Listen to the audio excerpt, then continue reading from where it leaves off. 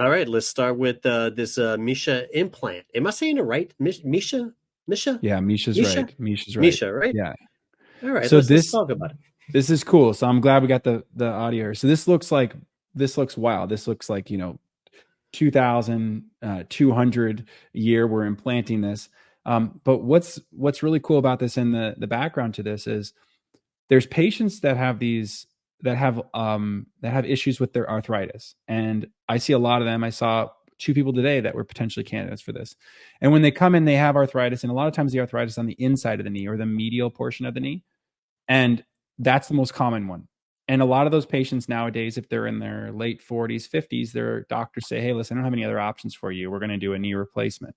The knee replacement's a partial, but nonetheless, that's not ideal. I mean, if you're 40 to 50 and you have a knee replacement like that, it's not your last. It's going to wear out.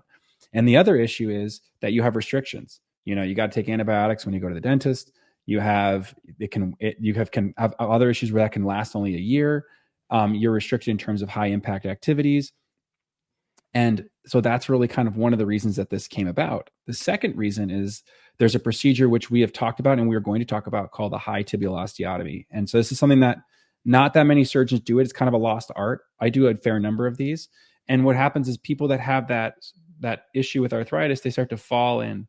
If they fall too much, then they only can get the osteotomy where we actually straighten their leg out. Is pretty wild. And people do really well from it. You can see on our website testimonials.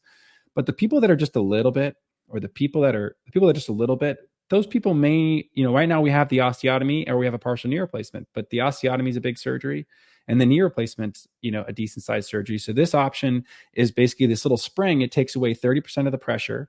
It actually acts as a sort of knee brace. And we've seen awesome results. Again, there's a lot of European data in there. They have up to 7-year data on this. This is the second generation, I think. The hardest part is just getting approval for it, but we're working on it. And again, it's a pretty easy surgery and pretty easy recovery, and the patients are doing great. And there's no restrictions.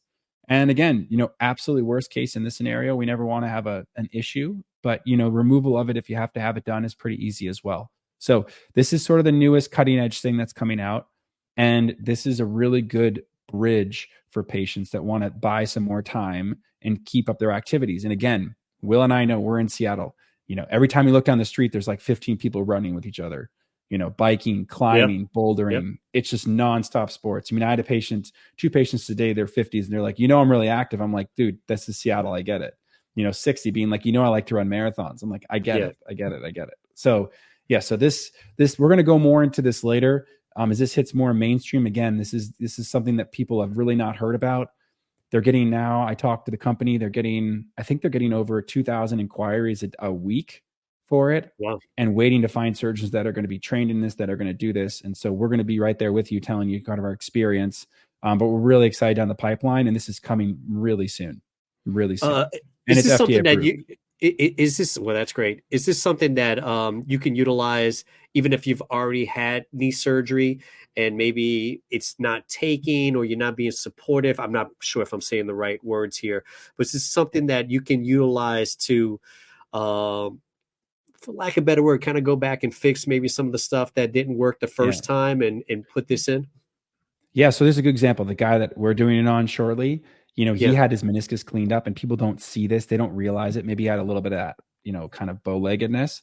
But on top of it, the people that the biggest people you worry about are the straight leg. So they have completely perfect legs. He had his meniscus cleaned up, didn't do too hot.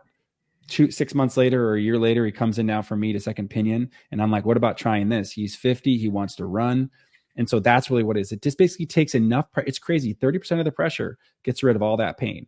And that's really what we do with the osteotomies and the braces. It's just that those are more invasive and the braces are hard to wear. So this is that middle ground. And as soon as I heard about this, I was like, listen, I've got these people. I don't know what to do with them. They don't want a knee replacement.